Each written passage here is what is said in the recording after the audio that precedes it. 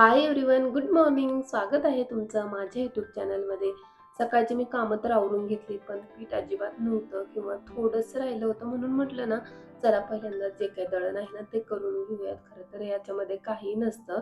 थोडंफार कुठं असं डस्ट, थोडेसे पार्टिकल असतात, तर तेच म्हटलं थोडं पाकडून वगैरे घ्यावं आणि मग नंतर गिरणीत सुद्धा टाकून यावं. तसं त्या ताईंना कॉल करून मी विचारलं सुद्धा होतं, की दळण घेऊन येऊ की नको, कारण की सोसायटीमध्येच आहेत त्या आणि देतात छान फाईन असं दळून. तर मग कुठं मी बाहेर जास्त जातच नाही.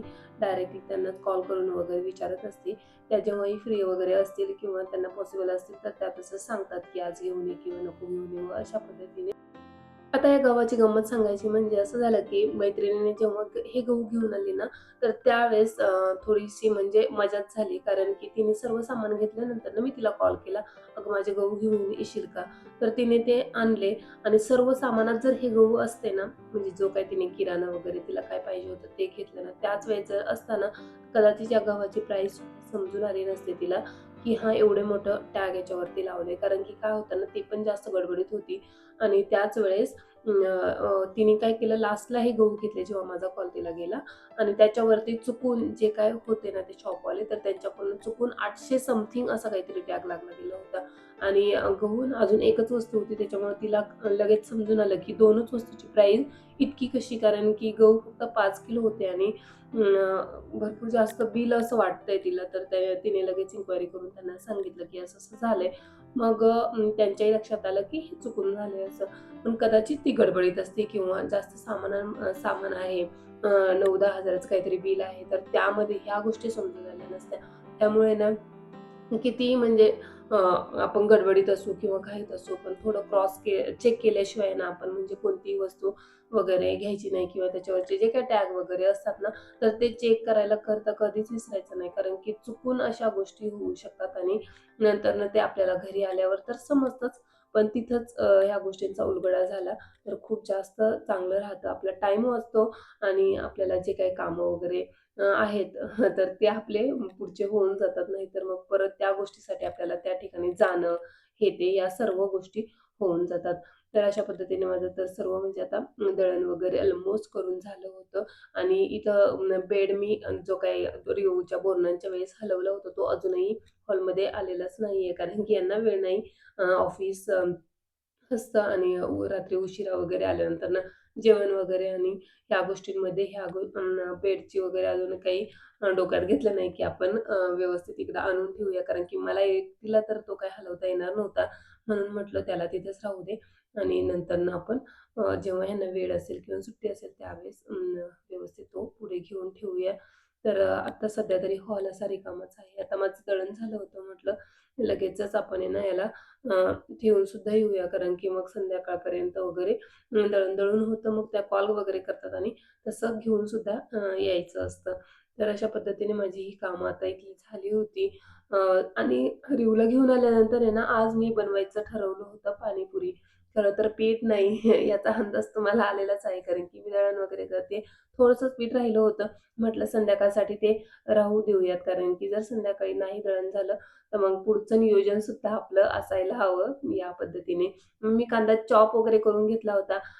पुरी वगैरे ऑलमोस्ट माझी तळून झाली होती. पाणी वगैरे सुद्धा मी बनवून घेतलं होतं आणि आता फक्त ना एवढी जास्त भूक लागली होती ना, त्याच्यामुळं काहीही शूट केलेलं नाहीये. लगेचच हे अ, बटाटा वगैरे मी बारीक करून घेते, कांदा वगैरे टाकते. त्यामध्ये चाट मसाला किंवा बाकी तिखट वगैरे, मीठ वगैरे सर्व टाकून घेऊन लगेच मला खायचं होतं. इतकी जास्त भूक लागली होती आणि Instaला या रीलसाठी मला एवढं प्रेम मिळालेलं आहे ना, खूप जास्त. तर सर्वांचं खूप की माझा हा पाणीपुरीचा व्हिडिओ Instaला 153K झालेला आहे. 153K.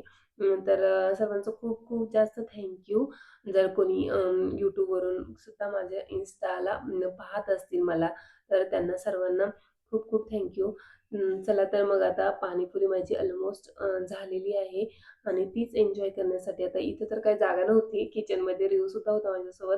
त्याला पण पाणीपुरी खायची होती आणि त्याचं तर पाणीपुरी नुसतं कोरडीच खाणं स्टार्ट सुद्धा झालं होतं. कारण की त्याला खूप जास्त पाणीपुरी आवडते. तो कच्ची सुद्धा खूप वेळेस असतो. म्हणूनच मी आज मनावर घेतलंच होतं, की नाही पाणीपुरी आज बनलीच पाहिजे. म्हणून असं छान खरं तर आजचं पाणी सुद्धा खूप भारी झालं होतं. जे गोड पाणी होतं ना, तर ते आणि गोड पाणी आणि दोन्ही तिखट पाणी दोन्हीचं कॉम्बिनेशन असल्याशिवाय तर पाणीपुरी काय आपल्याला छान लागतच नाही. कारण की नुसतं गोड पाणी पण नाही जमत आणि नुसतं तिखट म्हणजे मला तरी स्पेशली नुसतं तिखट पाणी काही आवडत नाही. म्हणून ते दोन्ही बनवावं लागतं. ते कॉम्बिनेशनमध्ये असतील तरच छान लागतात. आणि आता हे सर्व सामान मी समोर हॉलमध्ये घेतीये आणि नंतरनं मग पाणीपुरी खायला आणि एन्जॉय करायला स्टार्ट करतोय आम्ही दोघंही मिळून. मला माहिती आहे माझ्याप्रमाणेच तुम्ही सुद्धा पाणीपुरीचे खूप जास्त फॅन असाल. तुम्हाला सुद्धा सर्वात जास्त पाणीपुरी आवडत असेल.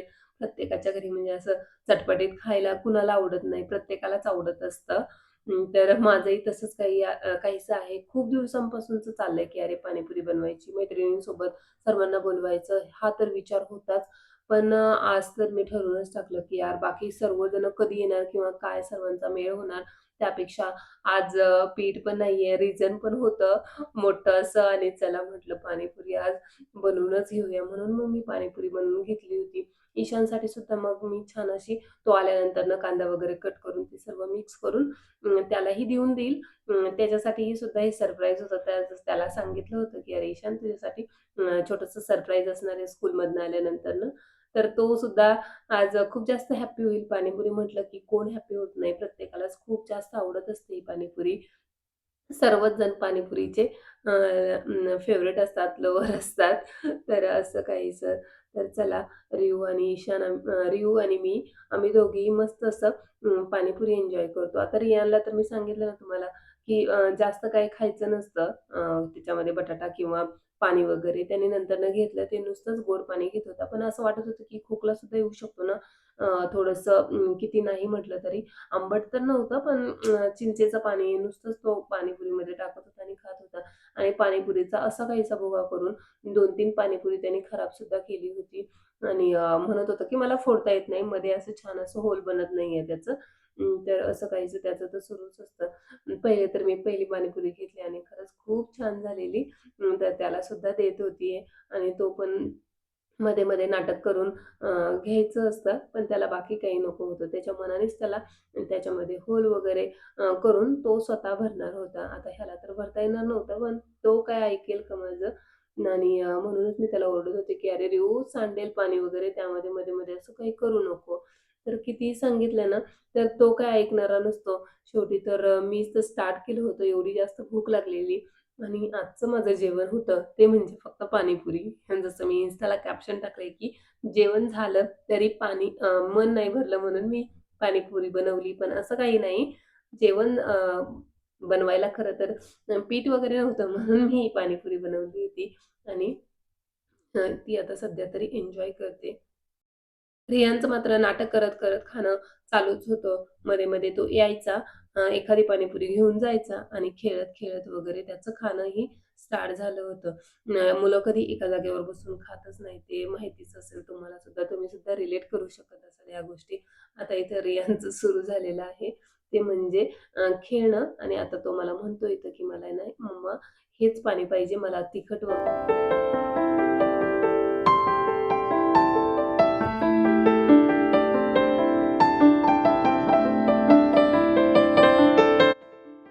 पाणीपुरीचा तो पसारा तर आवरून घेतला.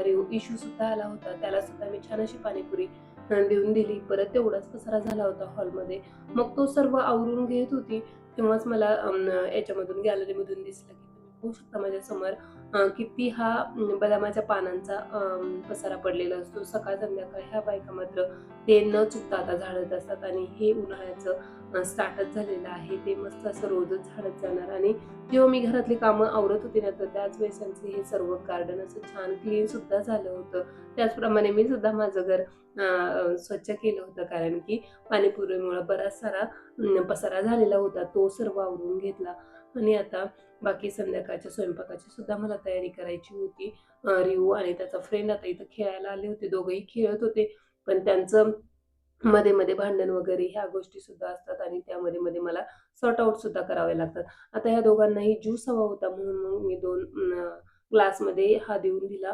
खरं तर नानूला खूप जास्त खोकला आहे म्हणून त्याला थोडासा कमीच दिलता. रियानचं नेहमीचं असतं, त्याचं चालूच असतं, हे खा, ते खा. फ्रिजमधला बर्फसुद्धा खात असतो तो. त्याला तेही आवडतं. तर मी त्याला खूप जास्त ओरडत असते, पण तो खरं तर कधीच ऐकणारा नाही. आणि आता हे फ्रुट्स मी सकाळी आणले होते ना, तर ते मस्त असं म्हटलं वॉश करून घेऊयात, ठेवून देऊयात. ऑलरेडी मी जी काही फ्रूट बास्केट होती ती वॉश करून ठेवलीच होती. फक्त थोडंफार या फ्रुट्सवरती पाणी वगैरे टाकून घेतलं आणि नंतर लगेचच माझे हे समया वगैरे होत्या रिवच्या बोरणांसाठी आणलेल्या, तर त्या वॉश करून ठेवायच्या होत्या. आज नाही उद्या, उद्या नाही परवा.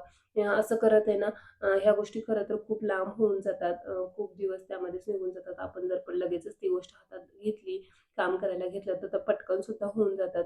पण आता नाही, कंटाळा केला मग तर हे दिवस तर असेच निघून जातात. कोणताही दिवस थांबण्यासाठी तर नसतंच आहे. आपण जर पटापट कामं केली तर ती सुद्धा पटापट होऊन जातात. आता हे समय आहे ना, म्हणजे मला तर माझी तर समई फक्त 2च ठिकाणी निघते, पण ही समई ना सर्व म्हणजे एकदम डिसअसेंबल होत असते.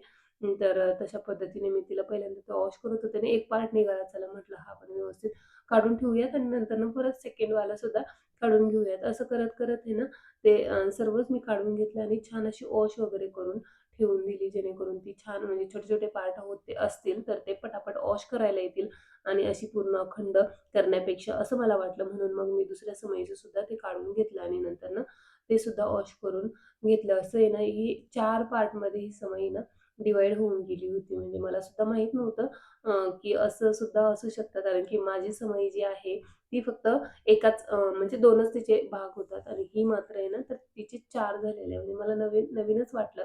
मग छान असं ते वॉश वगैरे करून सुकत सुद्धा ठेवून दिलं. कारण की ह्या गोष्टी सुद्धा ज्या मैत्रिणीच्या होत्या त्या मला देऊन द्यायच्या होत्या, जेणेकरून सुकल्या वगैरे तर मग मी त्या देऊन टाकल अशा दृष्टीने त्याला पहिल्यांदा तर गॅलरीमध्ये ठेवलं आणि नंतर म्हटलं स्वयंपाकाचं वगैरे पाहून घेऊया. त्यानंतर हे जे काही डेकोरेशनचं भांडं होतं, तर ते सुद्धा मला द्यायचं होतं, चौरंग द्यायचं होतं. ह्याही गोष्टी काढून ठेवल्या आणि लगेचच हे भांडं जे होतं ते वॉश करून सुद्धा घेतलं. ते वॉश करून झाल्यानंतर ना मग मी स्वयंपाक वगैरे आवरून घेतला, जेणेकरून आहे ना मला ईशानचा वगैरे स्टडी घ्यायचा होता म्हणून. बाकी इशू तर खेळून झालं होतं, रियांचं सुद्धा आता मस्ती करून झालं होतं. म्हणून मग म्हटलं हे पटापट खेळणे वगैरे भरून ठेवा, जेणेकरून मग इथे आपला स्टडी स्टार्ट होईल. या दृष्टीने हे दोघं पटापट आता आवरून ठेवतायत. तर असा होता माझा आजचा दिवस. कसा वाटला नक्की कमेंट करून सांगायला विसरू नका. बाय. Take care.